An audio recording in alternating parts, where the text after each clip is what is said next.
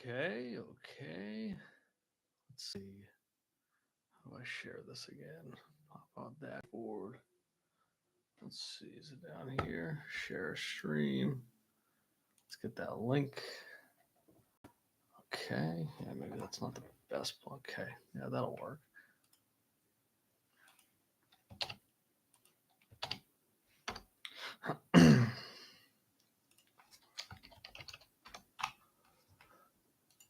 All right. All right. We're cooking. I'll give it like another 30 seconds and then we'll get started. All right. Let's see. Do I got my hands?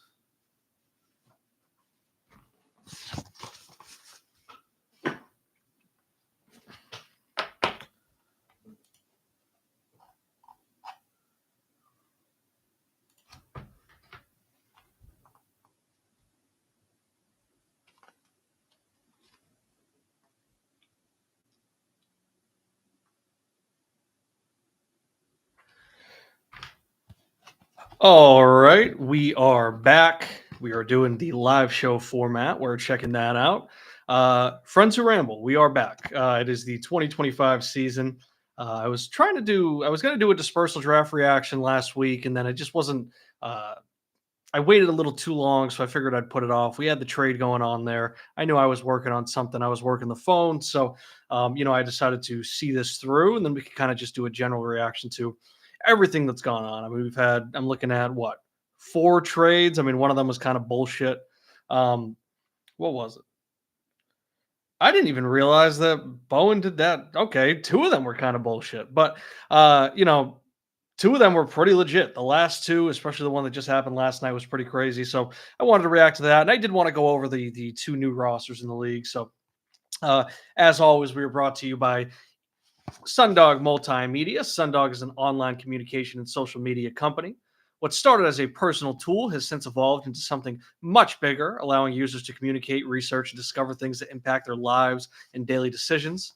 Sundog will collaborate with you to build and execute a modern yet nimble social media strategy by utilizing innovative and traditional media principles.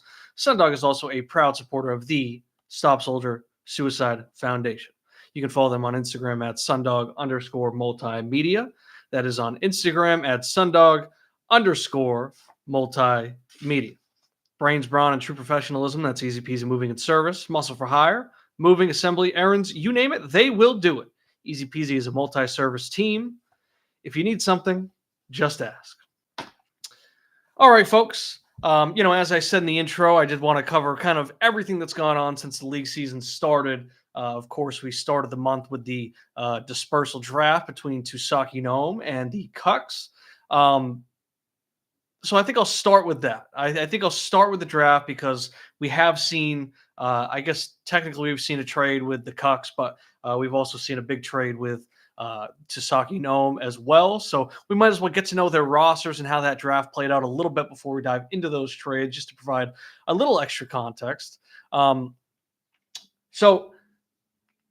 Let me just pull up the draft. Let me get that there. So, all right. So, starting at the top, right? I mean, I knew that Frank was deciding between Marvin Harrison and AJ Brown. I think he really wanted to get one of those receivers to kind of build off of that because, let's be honest. The quarterback situation was, there's a couple decent quarterbacks at the top with Jordan Love, Brock Purdy, depending on how you feel about JJ McCarthy. I think those are 3 good options. But beyond that, it wasn't too enticing. So, I think there was a little strategy there where maybe it was worth just grabbing the best 2 there. And of course, that's what we saw the Cucks do. But at the same time, if you don't love these quarterbacks, you figure you can at least get one of them.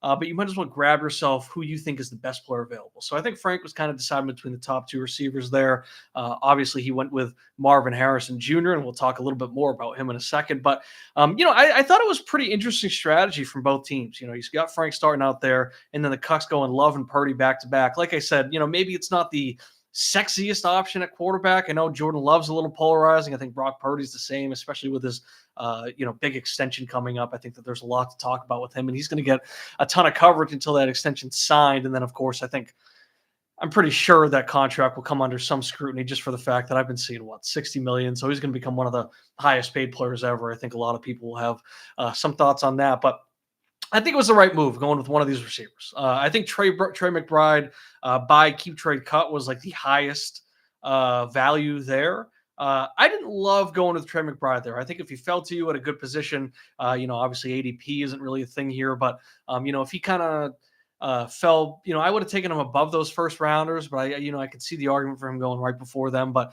I told I was telling Frank, I was talking to him. I didn't like the idea of like reaching for him. I don't think tight end is necessarily that important for trying to grab a stronghold on that position. And of course, we just saw Trey McBride put up a ton of yards. But the whole storyline with him was that he had a record-setting amount of receptions without scoring a touchdown. So, you do have to kind of wonder what you're going to get out of him in that system. But I like going with Marvin Harrison there. I didn't love the stack. So, of course, I do kind of like that he got away from one of them and just committed to one Cardinal. But we'll talk more about that trade in a second. I like I said, I like the Cucks going double quarterback there. It's good to just kind of build with those quarterbacks and hopefully take care of your situation there. But I think after that, everything kind of went kind of how I expected it to go. I mean, I think that those first round picks went at the right time. I think it was smart to target those 26 first, and I like that both of them got their own. There was some discussion behind the scenes. Should we just give them their own picks? But I like just throwing them in the pool, saying sink or swim, whatever they wanted to do. So, if they wanted to draft their pick and hold on to that for whatever value comes with that, good on them. But at the same time, everybody else in this league trades their first rounder away. So, why force them to, start their team build, with that. I was curious to see where Christian McCaffrey would go. I think it's about where I would expect, if I had to kind of do a mock draft. I think it's appropriate that he went there. Maybe I wouldn't reach over him for those 26 first. I think he could play himself above that value. But, coming off of that season that he just had with the injuries, I think there's enough cause for concern there that it was smarter to take those 26 first. I think 112 going right after that was smart. I hated Frank's Derek Carr pick. I understand, it's a 2 QB league. You missed on the two at the turn to start it off, and you got JJ McCarthy, who, of course, I think he's a good prospect. I'm a fan of his, especially stepping into this Minnesota offense. But he hasn't proven anything. He just missed his whole rookie year with a knee injury. So, you can't feel totally confident. You don't actually know what he can bring to the NFL field yet. So I understand that you got to grab a quarterback there, but I thought it was more worth waiting. Russell Wilson went 23rd round. Kirk Cousins went 25th. And I don't love Kirk Cousins there, but, Aaron Rodgers 31st. I think at those values, I probably would have preferred them. We just don't know where Derek Carr is going to be at. I know that I've seen a lot of chatter that the Saints, they trust what they have in Spencer Rattler. So, I thought that was way too high. You still had Pickens, Dobbins, Sutton, first rounders were still available, 2027 picks. Even second rounders this year that I think I'd probably, think about taking over Derek Carr. So I just thought he went, at least looking at the board, 10, 12 rounds at least too early. But, like I said, I get it. He only got the third quarterback when it was really a 3 quarterback draft. But yeah, I mean, that was like the one pick that really stood out to me that I just hated. I mean, after that, there's not too much to talk about. I'm not going to break down the minutia of, the second round picks going in the 17th and 16th rounds or Dallas Goedert where he's going. I don't really think there's too much to talk about there, but I was a bit surprised by Devontae Adams falling all the way to the 17th round. I mean, he went in the middle of the late seconds. That's where he was going. The picks that were going around him. I would take, if I had one of those second rounders, I'm looking, if I had 212 or 211, 210 that went before, I think I would trade those for Devontae Adams in a heartbeat. I mean, chat, let me know if I'm crazy for saying that. But, I was a bit surprised that he went that late. It felt like he was falling down the board. And, there were instances where I felt like, maybe people just weren't seeing guys on the board because, I mean, I think one of the things that was crazy to me was Juwan Jennings falling all the way to the 29th round. I mean, he just had 1,000 yards this season. And it sounds like Debo is going to be out. Of course, that news broke after, but it's been like 2.5 seasons now talking about Debo potentially being traded. And he just played like shit, and he was healthy, and Juwan Jennings outperformed him. So, I mean, I just thought that was insane. He went after 27, 26 fourth-round picks. He went after current fourth-round picks. He went after Ty Chandler. Him dropping all the way to the 29th round was absolutely nuts to me. It got to the point where I was talking to Bo and I was talking to Angelo. I almost wanted to say something. like, hey, like, is somebody going to take this guy or not? Because like it got to the point where I was so sure that they missed him that I actually didn't feel like it was messing with the game to just say, "Hey, I think you guys missed this. He's like right in the middle of the board. Will somebody please, for the love of God, take him?" He just had 1,000 yards. He went right before Deontay Johnson. Like I said, there's that 405 that went right before him. Right, I'm trying to do the or at least the 27 fourth. I don't know the order of the snake there, but a current and a fourth rounder from 2 years from now went before him. So I mean, I think that was crazy, and it really wouldn't shock me if I heard that he they just didn't see him on the board. But I think talking about those quarterbacks and talking about that Derek Carr pick that I hated, I think Rodgers will end up being a steal for Frank as long as he doesn't retire. But I think he's going to end up somewhere. I think Pittsburgh is like the favorite to land him. I feel like there's like no chance that happens. I think he's going to go to Tennessee. I know that he owns a bunch of land in Tennessee. That's where I thought he was going to go 2 years ago when he was hitting free agency, and that was before they drafted Levis, and Malik Willis was looking like no good. So I feel like he's going to end up in Tennessee. I think that'll be a decent situation. I mean, I think it'll be better than at least coaching wise. I do feel like it's going to be a better spot for him. So maybe 2 years out from the Achilles, he can kind of put that together and put together a solid year or two. We'll see. But I mean, I think just going 31st compared to the Derek Carr pick in the 6th round. Yeah, I wouldn't say straight up. I was about to say that. I think that's a little crazy because I think Derek Carr is more ball in him than Aaron Rodgers does. But I think at value, it's like a no-brainer. I'd rather have Aaron Rodgers in the 31st than Derek Carr in the 6th. Yeah, I mean, that's kind of – I feel like that's all I got as far as looking at the draft board. I think that, for the record, Jimmy Garoppolo had a 0 value on Keep Trade Cut, and I'm pretty sure he started a game this season that just happened. And then I love seeing Deshaun Watson go late. Did he go last? I believe he did. He went dead last. I think it was fitting that he went there, and I think it was fitting that he went to the Cucks. So, I liked it. I mean, I don't think there's too much. I feel like the board kind of spoke for itself. Of course, there were like a couple players I wanted to shout out for, thinking their value was a little, off, whether it was too high or too low. But, looking at the teams, I like where Frank's at. I think both teams are pretty decent. I mean, I think that the Cucks are built to, be pretty competitive this year. I think Frank's, a little more future focused than they are. But, the Cucks, they have a first rounder this year. They have 3 seconds this year. They have their own first in the next 2 drafts after that. Frank has 2 firsts in 26, including his own. He has his own 27 first. And, he's got a couple seconds next year as well as in this year also. So, I think they both got decent draft capital there. I think Frank's is a little more valuable to me. I think he has something there with J.J. McCarthy. I like the situation he's stepping into. We just saw Sam Darnold, who looked like damaged goods coming in. And he was. I shouldn't say looked like. He was damaged goods coming in. He just put up a top 10 quarterback season. Did he get MVP votes? I'm not sure, but at least he was getting, some MVP love in the middle of the season. A lot of people were making an argument for him. But he does have to figure out that second quarterback situation. He has something that could maybe hold him over this year, but I don't know if he's really looking to be competitive. I don't know if he should be looking to be competitive. So those are guys, Carr, Wilson, and Rodgers. Those are guys that you're hoping can be starters this season, and you can maybe just pawn them off for, a second rounder if they're hot to a QB needy team that's trying to compete. I don't think that those are guys that you want to go into 2026 on your roster. I mean, Dobbins and Swift, they can play now. They have some dynasty upside. I don't love Swift in Detroit because, I understand getting excited. He's a good running back. He was, pretty solid in Philly. He was pretty solid this past year behind a bad O-line. Now they're bringing in, offensive genius, Ben Johnson. But you got to remember, when Ben Johnson took over as OC, they got Swift's ass out of there. I agree, Simcoe. I agree, chat. I do like that comment. But yeah, I mean, when Ben Johnson came in, I mean, like they made sure to trade Swift. So, I'm not going to be so sure that he loves how Swift fits into his offense. So, I'm a little weary. I'm cautiously optimistic about Swift in this new Chicago situation. But, those guys even feel maybe a little on the old side for what Frank's trying to do. So we'll see what he can do with those as well. I love the Harrison pick, but, obviously Frank traded him. I was a little iffy beyond that at wide receiver. I'm looking, I see Pickens.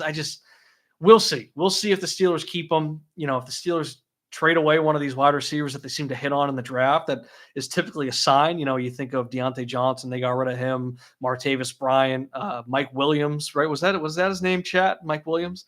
They went away, and it wasn't exactly greener pastures for them. They might have still been a little serviceable in spots, but whether it was skill decline or character concerns, when they move off of guys, it typically doesn't work. I think Emmanuel Sanders is like the one guy that comes to mind who was able to find success beyond that. So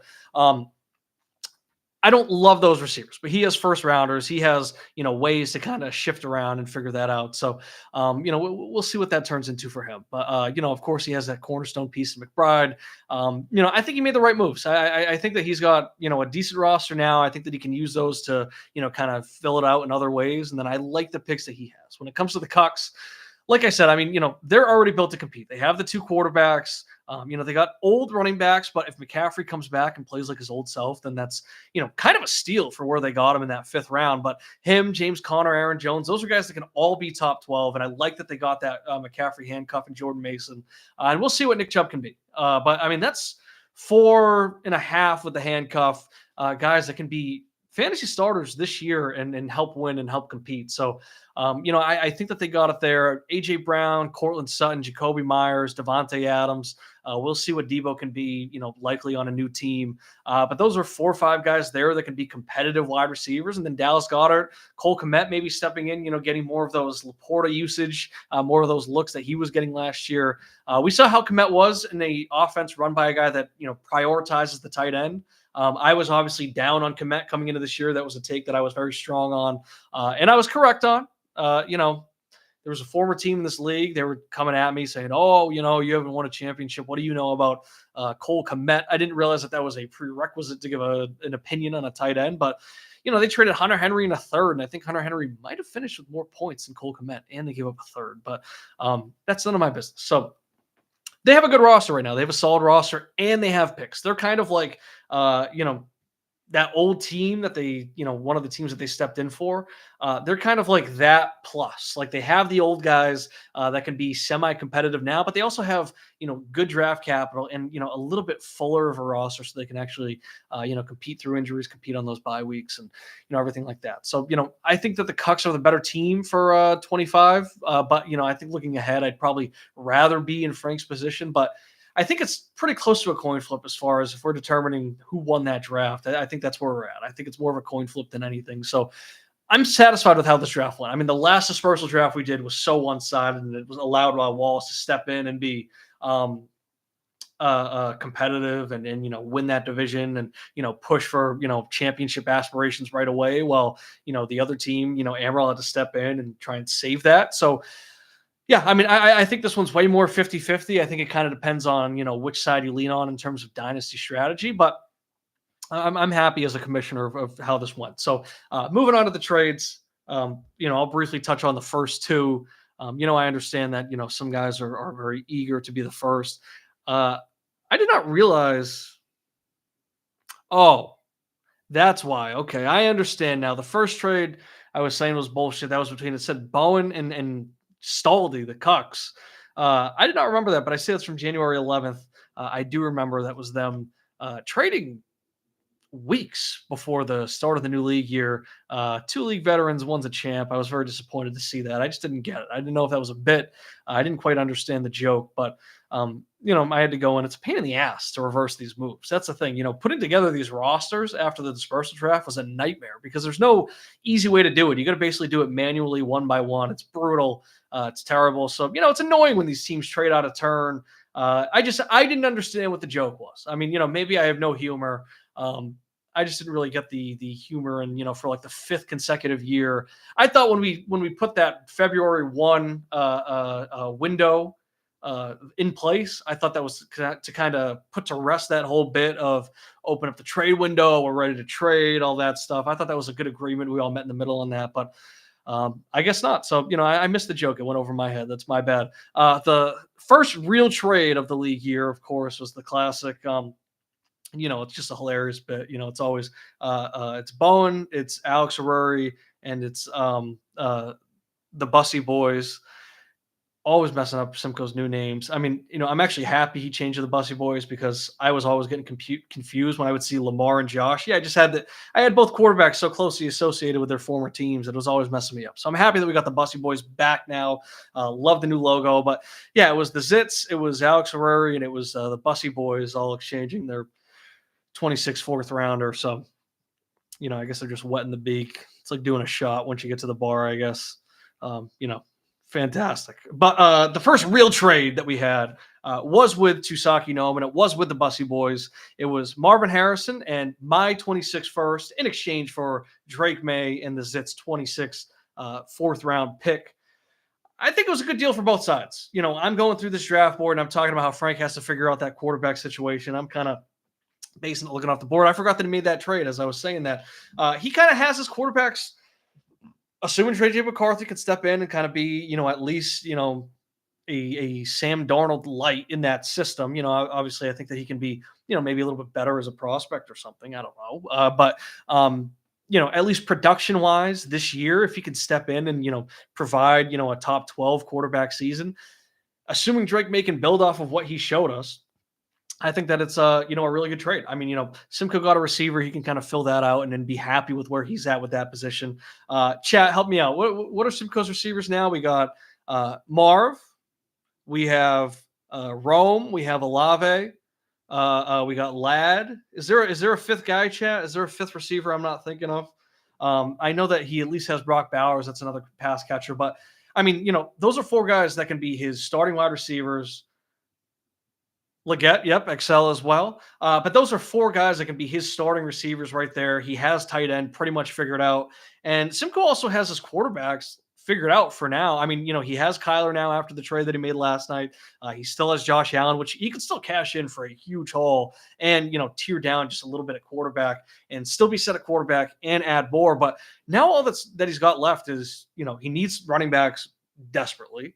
He cannot go into if he wants to compete, he cannot be doing that with Jalen Wright. And, maybe Braylon Allen can be something, but he needs to do just running backs. But then just that bench. I mean, the rest of his starting lineup is pretty much set from a dynasty perspective. That's a starting lineup, minus the running backs that can compete right now.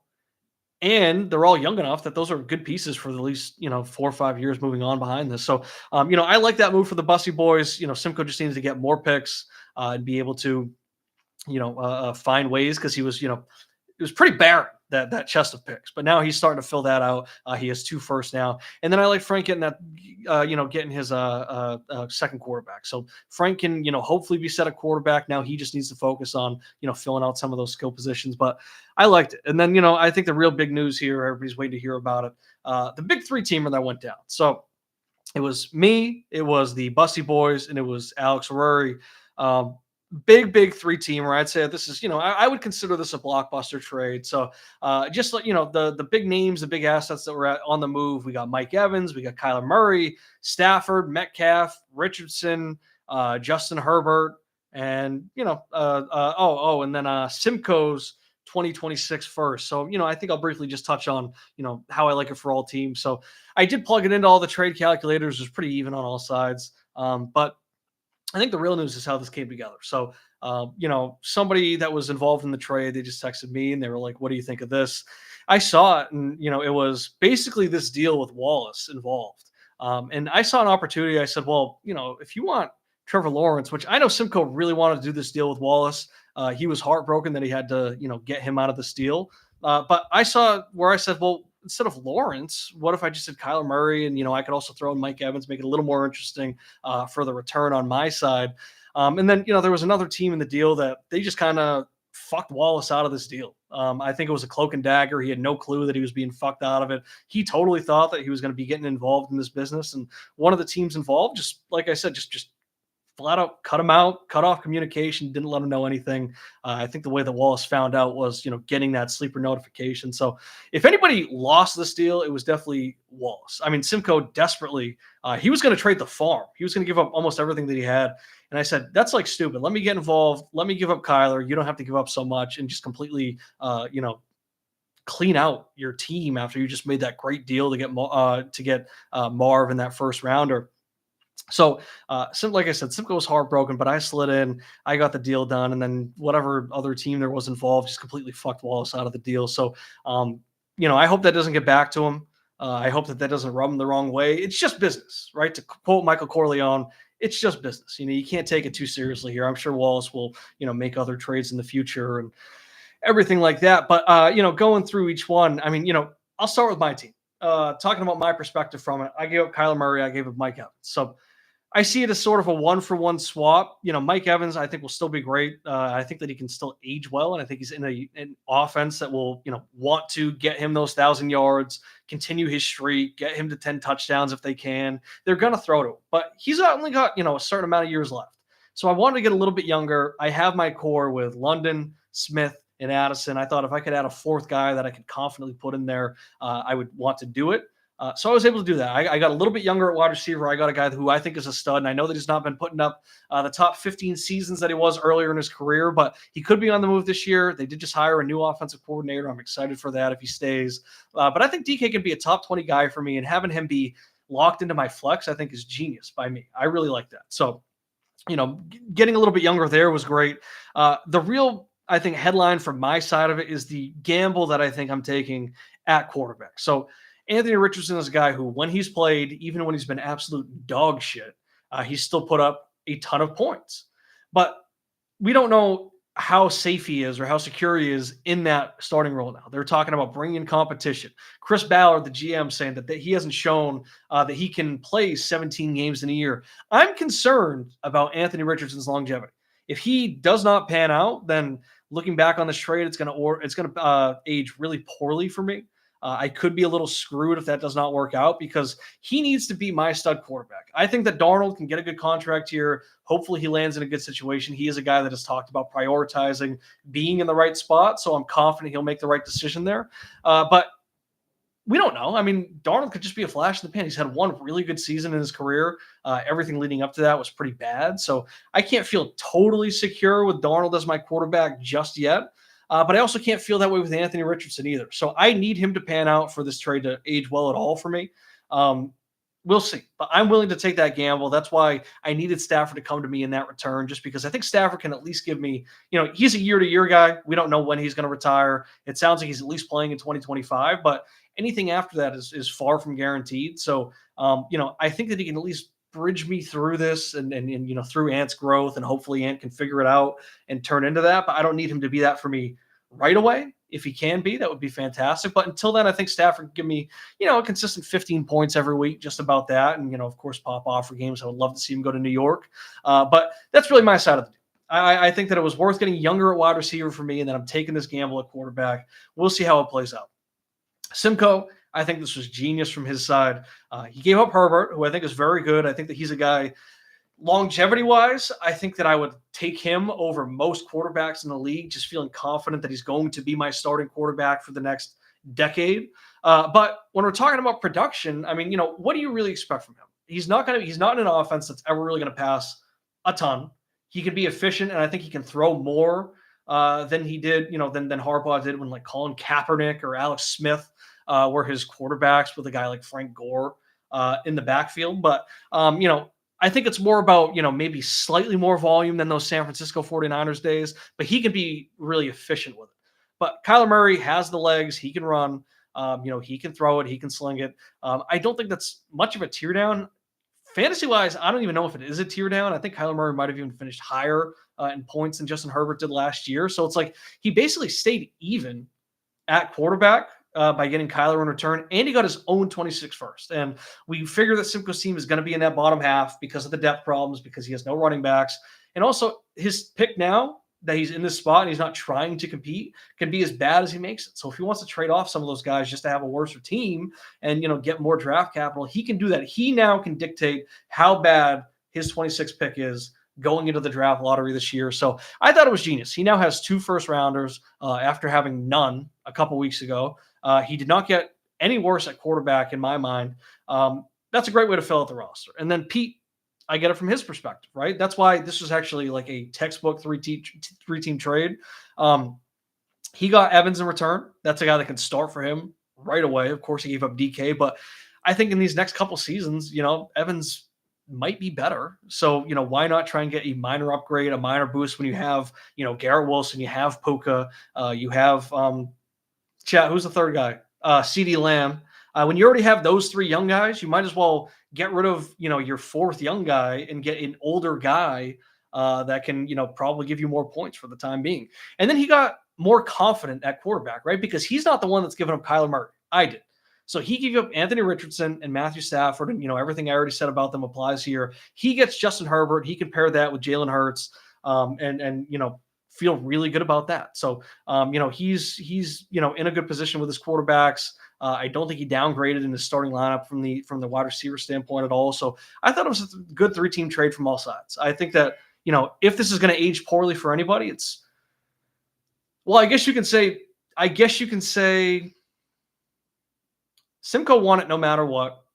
I think that the other two, I think it could age poorly for either of us, right? I think it depends on how Ant goes. If Ant just absolutely pops off, then giving up Ant and possibly the 1-1 from this year could look pretty bad in hindsight. And then, like I said already, if Anthony Richardson's no good and he ends up not being a starter going into 2026, then I'm pretty fucked at quarterback. I mean, I think the rest of my lineup's decent, but I'm gonna have to get creative and make some moves if I want to solve those issues. So I think it's good trade. I mean, I think every trade needs to have, some confidence, but also you need to be taking on some risk, right? If you're just making 1-for-1 trades where there's really no upside or downside, it's kind of like, what's the point? So, I think everybody needs to have their own motives when they go into that stuff. But yeah, I mean, I think that kind of covers everything that we've been doing. I mean, we've been going for 30 minutes. I think I'll call it at that.